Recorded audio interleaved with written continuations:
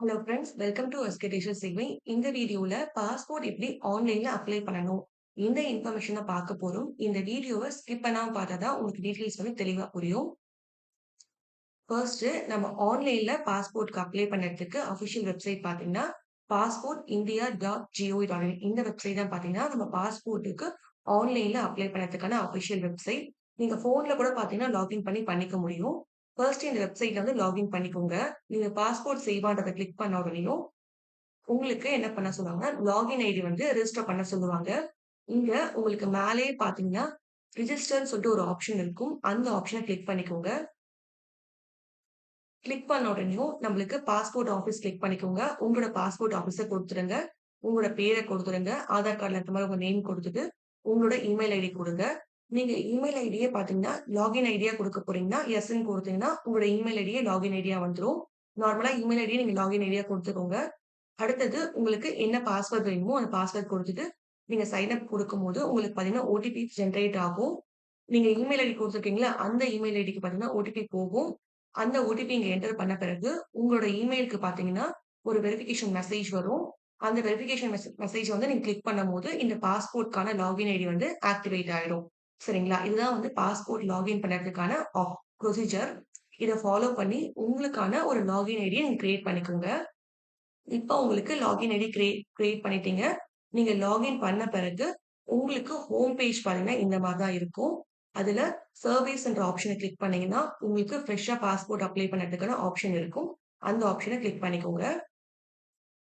Click பண்ண உடனேயும் உங்களுக்கு passport number இருக்கா? உங்க டேட் ஆஃப் பர்த் இருக்கான்னு கேட்பாங்க. இப்ப தான் நம்ம பாத்தீங்கன்னா, ஃபர்ஸ்ட் பாஸ்போர்ட்டே அப்ளை பண்ண போறோம். நம்மகிட்ட எந்த ஒரு பாஸ்போர்ட்டும் இருக்காது. அதனால இந்த டீட்டெயில்ஸ நீங்க ஸ்கிப் பண்ணிக்கலாம். ஸ்கிப் பண்ண உடனேயும் உங்களுக்கு பாஸ்போர்ட் ஆஃபீஸ் காட்டும். நம்ம ஆல்ரெடி பார்த்தீங்கன்னா, லாகின் பண்ணும்போதே நம்மளோட பாஸ்போர்ட் ஆஃபீஸ் என்னன்னு சொல்லி நம்ம குடுத்துருப்போம். அந்த பாஸ்போர்ட் ஆஃபீஸ் தான் காட்டும். நெக்ஸ்ட்ன்னு குடுத்துக்கோங்க. நெக்ஸ்ட் குடுத்த பிறகு, நீங்க வந்து இப்ப புதுசா அப்ளை பண்ண போறீங்களான்னு சொல்லி கேட்பாங்க. ஃப்ரெஷ் பாஸ்போர்ட் கிளிக் பண்ணிக்கோங்க. நார்மல்ல அப்ளை பண்ண போறீங்களா? இல்ல தக்கல்ல அப்ளை பண்ண போறீங்களான்னு சொல்லி கேட்பாங்க. நார்மல்னாலே உங்களுக்கு ஒரு 15 நாள்ல வந்துரும். தக்கல்னா நீங்க ஒரு 1 வீக்குள்ளயே நீங்க உங்க பாஸ்போர்ட்ட வாங்கிட முடியும்.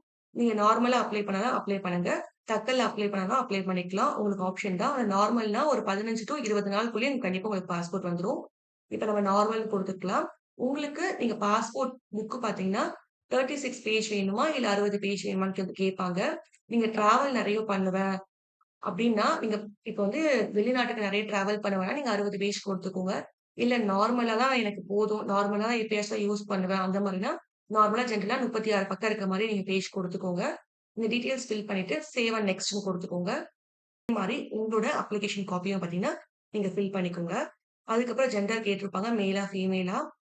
அடுத்தது உங்களுக்கு வேற ஏதாச்சும் நேம் இருக்கா? நோன்னு குடுத்துக்கோங்க. வேற ஏதாச்சும் சேஞ்சஸ் பண்ணியிருக்கீங்களா நேம்ல? அதுக்கும் நோன்னு குடுத்துக்கோங்க. குடுத்துட்டு உங்க டேட் ஆஃப் பர்த் உங்க ஆதார் கார்ட்ல எப்படி இருக்கோ, அதே மாரி டேட் ஆஃப் பர்த் குடுத்துக்கோங்க. அதுக்கப்புறம் நீங்க அவுட் சைட் ஆஃப் இந்தியால பொறந்தீங்களா? அதுக்கும் நார்மலா நோ குடுத்துருங்க. நீங்க பர்த் பிளேஸ் எங்க பொறந்தீங்க? இப்ப நீங்க சென்னையில தான் பொறந்தீங்கன்னா, சென்னை குடுங்க. இல்ல நீங்க இப்ப இருக்கிறது சென்னையா இருக்கலாம். ஆனா நான் பொறந்தது சேலம், மதுரைன்னா, நீங்க பொறந்தது எங்கேயோ அந்த பர்த் இப்ப நம்ம பர்த் சர்டிபிகேட் வந்து நம்ம எங்க வாங்கியிருப்போமோ, அந்த பர்த் பிளேஸ் வந்து நீங்க குடுத்துட்டு, ஸ்டேட் அண்ட் டிஸ்ட்ரிக்ட் வந்து குடுத்துக்கோங்க. அடுத்தது நீங்க மேரிடா, அன்மேரிடான்னு கேட்பாங்க. என்னவோ அத வந்து ஃபில் பண்ணிக்கோங்க. அதுக்கப்புறம் நீங்க வந்து சிட்டிசன்ஷிப் பார்த்தீங்கன்னா, பர்த்துக்காக இந்தியா தான். பர்த்ன்னு குடுத்துக்கோங்க. பான் கார்டும், ஓட்டர் ஐடியும் குடுக்கணும்னு அவசியம் இல்ல. இங்க ரெட் கலர் மார்க் எங்கெல்லாம் போட்டிருக்கோ, அந்த ஆப்ஷன கண்டிப்பா ஃபில் பண்ணணும். பானும், ஓட்டர் ஐடி கார்டும் இருந்தா நீங்க குடுக்கலாம். இல்லைன்னா குடுக்கணும்னு அவசியமே இல்ல. நெக்ஸ்ட் பார்த்தீங்கன்னா, நீங்க எம்ப்ளாய்டா, அன்எம்ப்ளாய்டா டீட்டெயில்ஸ் கேட்டிருப்பாங்க. என்னவோ அத குடுத்துருங்க. அன்எம்ப்ளாய்ட்னா அன்எம்ப்ளாய்ட், எம்ப்ளாய்ட்னா எம்ப்ளாய்டு, இல்ல செல்ஃப் எம்ப்ளாய்ட்னா செல்ஃப் எம்ப்ளாய்ட் என்ன ஆப்ஷனோ அத குடுத்துக்கோங்க. அடுத்தது, உங்க வீட்ல யாராச்சும் கவர்ன்மெண்ட் சர்வன்ட்டா இருக்காங்கன்னு சொல்லி கேட்பாங்க. அதுக்கு நோ. எஸ்னா எஸ், இல்ல நோனா நோன்னு குடுத்துருங்க. அதுக்கப்புறம் உங்களோட எஜுகேஷன் குவாலிஃபிகேஷன் கேட்பாங்க. அந்த டீட்டெயில்ஸ ஃபில் பண்ணிக்கோங்க. நெக்ஸ்ட் நான் என்சிஆர்‌க்கு நோன்னு குடுத்துக்கோங்க. அதுக்கு பிறகு விசிபிள் மார்க் உங்ககிட்ட உங்க கையில, கால்லலாம் ஸ்கூல் படிக்கும்போது நம்ம தழும்பு ஏதாச்சும், மச்சம் ஏதாச்சும் இருக்குன்னு சொல்லி உடம்புல குடுத்துருக்கோம் பார்த்தீங்களா? அந்த ஐடென்டி மார்க்க வந்து இங்க டைப் பண்ணிக்கோங்க. ஏதாச்சும் ஒரு ஐடென்டி மார்க் வந்து குடுத்துக்கோங்க. நெக்ஸ்ட் உங்களோட ஆதார் நம்பர குடுத்துட்டு, இங்க அக்ரி குடுத்துட்டு, சேவ் அண்ட் நெக்ஸ்ட் குடுத்துக்கோங்க. இந்த டீட்டெயில்ஸ் வந்து தப்பில்லாம கரெக்ட்டா ஃபில் பண்ணுங்க. ஆதார் நம்பரும் தப்பில்லாம கரெக்ட்டா குடுத்துக்கோங்க. இப்ப நம்மளோட அப்பா பேரு, அம்மா பேரு, ஸ்பவுஸ் நீங்க மேரிட்னா ஸ்பவுஸ் நேம் வந்து ஃபில் பண்ற மாரி இருக்கும். ஹஸ்பண்ட் அப்ளை பண்றாங்கன்னா, ஒய்ஃப் நேம வந்து இங்க குடுக்கணும். ஒய்ஃப் அப்ளை பண்றாங்கன்னா, ஹஸ்பண்ட் நேம குடுக்கணும். அப்பா பேரு, அம்மா பேரு கண்டிப்பா குடுக்கணும். இவங்களுக்கு இனிஷியல்லாம் நீங்க எதுவுமே குடுக்க வேண்டாம். இப்ப உங்க அப்பா பேரு என்னவோ அத மட்டும் குடுங்க. இப்ப சரவணன் உங்க அப்பா பேரு இருக்குன்னா, சரவணன் மட்டும் குடுங்க. அவருக்கு இனிஷியல்லாம் நீங்க போட வேண்டாம். இங்க சர்நேம்லாம் உங்களுக்கு எதுவுமே ஃபில் பண்ண வேண்டாம். அதே மாரி அம்மா பேரு, இப்ப மாலதி ஆர்ன்னு சொல்லிட்டு அம்மாவோட ஐடி கார்ட்ல இருந்துச்சுன்னா, நீங்க மாலதி மட்டும் எழுதுனா போதும். ஸ்பவுஸ் நேமும் அப்படிதான். இப்ப உங்க ஸ்பவுஸ் நேம் பார்த்தீங்கன்னா, தீபா எஸ்ன்னு இருக்குன்னா, நீங்க வெறும் தீபா மட்டும் குடுத்தா போதும். எஸ் எல்லாம் நீங்க போட வேண்டிய அவசியமே இல்ல. இனிஷியல் எதுவுமே குடுக்க வேண்டாம். வெறும் அவங்க பேர மட்டும் நீங்க ஃபில் பண்ணுங்க. அப்பா பேரு, அம்மா பேரு, நீங்க மேரிட்னா ஸ்பவுஸ் நேம் குடுங்க. இல்லைன்னா, அப்பா பேரும், அம்மா பேரு மட்டும் குடுத்தா மட்டும் போதும். நெக்ஸ்ட் பார்த்தீங்கன்னா, சேவ் அண்ட் நெக்ஸ்ட்ன்னு குடுத்துக்கோங்க. சேவ் ஆயிடும். இப்ப நம்மளுக்கு அட்ரஸ் டீட்டெயில் வந்து ஃபில் பண்ண சொல்லுவாங்க. இப்ப பார்த்தீங்கன்னா, நீங்க அவுட் சைட் ஆஃப் இந்தியாவ கேட்பாங்க. அது நார்மலா நோ குடுத்துக்கோங்க. உங்களோட வீட்டு நம்பர், உங்களோட ஸ்ட்ரீட் நேம் குடுத்துட்டு, வில்லேஜ் பேர் என்ன, டவுன் என்ன, சிட்டி என்னன்னு சொல்லி குடுத்துட்டு, பின்கோட் வந்து குடுத்துருங்க. ஸ்டேட்டு, டிஸ்ட்ரிக்ட் உங்களுக்கு இந்த அட்ரஸ்க்கு எந்த போலீஸ் ஸ்டேஷன் வரும்? இந்த வில்லேஜ்க்கு நீங்க இருக்கிற ஏரியாக்கு எந்த போலீஸ் ஸ்டேஷன்ஸ் வந்து போலீஸ் வெரிஃபிகேஷனுக்கு வருவாங்க? எந்த போலீஸ் ஸ்டேஷன் வந்து உங்களுக்கு வந்து இந்த பாஸ்போர்ட்காக வெரிஃபிகேஷனுக்கு வரும்ன்றத நீங்க இங்கேயே குடுத்துடணும். இங்க என்ன போலீஸ் ஸ்டேஷன் வெரிஃபிகேஷன் வருவாங்கன்னு சொல்லி குடுக்குறீங்களோ, அந்த போலீஸ் ஸ்டேஷன்ல இருந்து பார்த்தீங்கன்னா, உங்களுக்கு வீட்டுக்கு வந்து வெரிஃபிகேஷன் வருவாங்க. எப்பவுமே போலீஸ் வெரிஃபிகேஷன் பார்த்தீங்கன்னா, பிரசன்ட் அட்ரஸ் வந்து எங்க குடுக்குறீங்களோ, அந்த அட்ரஸ்ல தான் போலீஸ் வெரிஃபிகேஷன் வருவாங்க. நெக்ஸ்ட் உங்களோட ஃபோன் நம்பரும், இமெயில் ஐடியும் கண்டிப்பா குடுத்துருங்க. நீங்க உங்களோட பெர்மனன்ட் அட்ரஸ இங்க குடுக்கணும்னு நெனச்சீங்கன்னா, நீங்க குடுத்துக்கலாம். குடுக்கணும்னு நெனச்சீங்கன்னா, எஸ்ன்னு குடுங்க. இல்ல வேண்டாம்னா நோன்னு குடுத்துக்கோங்க. எஸ் குடுத்துட்டு, உங்களுக்கு பெர்மனன்ட்டோ, பிரசன்ட்டோ சேம்னா நீங்க எஸ் குடுத்துக்கோங்க. இல்ல டிஃபரெண்ட்டா இருக்கும்னா, நீங்க நோ குடுத்துட்டு உங்களோட பெர்மனன்ட் அட்ரஸ வந்து ஃபில் பண்ணுங்க. அதே மாரி வீட்டு number, street name, village, town, city, அதுக்கப்புறம் என்ன டிஸ்ட்ரிக்ட்ல வரும், அதுக்கப்புறம் பின்கோட் என்ன, ஸ்டேட் என்ன, டிஸ்ட்ரிக்ட் என்ன, போலீஸ் ஸ்டேஷன் என்ன, பெர்மனன்ட் அட்ரஸ்க்கு என்ன போலீஸ் ஸ்டேஷன் வரும், இதுவும் குடுத்துருங்க. ஆனா, உங்களுக்கு வந்து வீட்டுக்கு வெரிஃபிகேஷன் வருவாங்கல்ல, போலீஸ் வெரிஃபிகேஷன் வந்து பிரசன்ட் அட்ரஸ்க்கு தான் பார்த்தீங்கன்னா, உங்களுக்கு போலீஸ் வெரிஃபிகேஷன் வருவாங்க. பெர்மனன்ட் அட்ரஸ்க்கு வரமாட்டாங்க. இது எல்லாமே குடுத்துட்டு நீங்க சேவ் பண்ண பிறகு, உங்களுக்கு எமர்ஜென்சி கான்டாக்ட் நம்பர் வந்து ஃபில் பண்ண சொல்லுவாங்க. இப்ப நீங்க ஃப்ளைட்ல டிராவல் பண்ணிட்டு இருக்கீங்க, இல்ல வெளிநாட்டுக்கு போயிட்டு இருக்கும்போது, உங்களுக்கு எமர்ஜென்சியாச்சும் உடம்பு சரியில்லாம போகுதுன்னா, உங்களுக்கு யாருக்கு ஃபோன் பண்ணி, இந்த மாரி உங்களுக்கு உடம்பு சரியில்ல, எமர்ஜென்சியா இருக்காங்கன்னு சொல்லிட்டு யாருக்கு இன்ஃபார்ம் பண்ணணும்ன்ற டீட்டெயில்ஸ நீங்க பாஸ்போர்ட் அப்ளை பண்ணும்போதே குடுக்கணும். அவங்களோட பேரு, அட்ரஸு, அதுக்கப்புறம் அவங்களோட ஃபோன் நம்பர் வந்து குடுத்துட்டு நீங்க சேவ் குடுக்கணும். இந்த எமர்ஜென்சி கான்டாக்ட் வந்து கண்டிப்பா குடுக்கணும். அவங்க நேம் அண்ட் அட்ரஸ் குடுத்துட்டு, அடுத்தது அவங்களோட ஃபோன் நம்பர் குடுத்துட்டு சேவ் குடுங்க. அடுத்தது நீங்க இதுக்கு முன்னாடி பார்த்தீங்கன்னா, ஏதாச்சும் பாஸ்போர்ட் அப்ளை பண்ணிட்டு வாங்காம இருக்கீங்களா? இந்த மாரிலாம் கேட்பாங்க. நார்மலா ஏதாச்சும் இருந்துச்சுன்னா எஸ் குடுங்க. இல்லைன்னா நோ குடுத்துக்கோங்க. நோ குடுத்துட்டு சேவ் குடுத்துருங்க. அடுத்தது உங்க மேல ஏதாச்சும் கிரிமினல் கேஸ் இருக்கு, கோர்ட்ல ஏதாச்சும் கேஸ் இருக்கு. இந்த மாரி ஏதாச்சும் நீங்க கேஸஸ் இருக்குன்னா, நீங்க படிச்சு பாருங்க. உங்களுக்கு ஏதாச்சும் எஸ் குடுக்குற மாரி இருந்துச்சுன்னா, நீங்க எஸ் குடுங்க. இல்லைன்னா நார்மலா எல்லாருக்கும் நோ தான் வரும். உங்க மேல கேஸ் இருக்க மாரி இருந்துச்சுன்னா, படிச்சு பார்த்துட்டு எஸ்னா எஸ் குடுத்துக்கோங்க. இது எல்லாமே படிச்சு பார்த்துட்டு எஸ்ஸா, நோவா நீங்க குடுத்துட்டு, சேவ் அண்ட் நெக்ஸ்ட் வந்து குடுத்துக்கோங்க. நார்மலா எல்லாரும் நோ தான் குடுப்பாங்க. உங்க மேல ஏதாவது கேஸ் இருக்க மாரி இருந்துச்சுன்னா, நீங்க வந்து எஸ் பார்த்து குடுத்துக்கோங்க. படிச்சு பார்த்துட்டு அதுக்கு ஏத்த மாரி குடுத்துக்கோங்க. இப்ப நம்ம சேவ் அண்ட் நெக்ஸ்ட் குடுத்த பிறகு நம்மளுக்கு பாஸ்போர்ட் இப்படிதான் வரும். அதுல உங்க சர்நேம் எப்படி இருக்கும், கிவன் நேம் எப்படி இருக்கும், அட்ரஸ் டீட்டெயில்ஸ் எப்படி இருக்கும், அப்பா, அம்மா பேர்லாம் எப்படி இருக்கும்னு சொல்லிட்டு எல்லாமே ஷோ ஆகும். நீங்க இது எல்லாமே கரெக்ட்டா இருக்கான்னு சொல்லிட்டு பார்த்துட்டு, அக்ரி கிளிக் பண்ணிட்டு சேவ் அண்ட் நெக்ஸ்ட் வந்து குடுத்துக்கோங்க. இப்ப நம்மளுக்கு பர்த் சர்டிபிகேட் அதாவது பர்த் ப்ரூஃப்க்கும், அட்ரஸ் ப்ரூஃப்க்கும் டாக்குமெண்ட் கேட்பாங்க. பர்த் ப்ரூஃப்க்கு பார்த்தீங்கன்னா, உங்களோட பர்த் சர்டிபிகேட், உங்களோட ஸ்கூல் டிசி குடுத்துக்கலாம், மார்க் ஷீட்ஸ் குடுத்துக்கலாம். இல்லைன்னா உங்களோட driving licence, voter ID card, இல்லைன்னா நீங்க ஏதாச்சும் லைஃப் இன்சூரன்ஸ்ல வந்து பாண்ட் போட்டிருக்கீங்கன்னா, அந்த பாண்ட் காப்பி.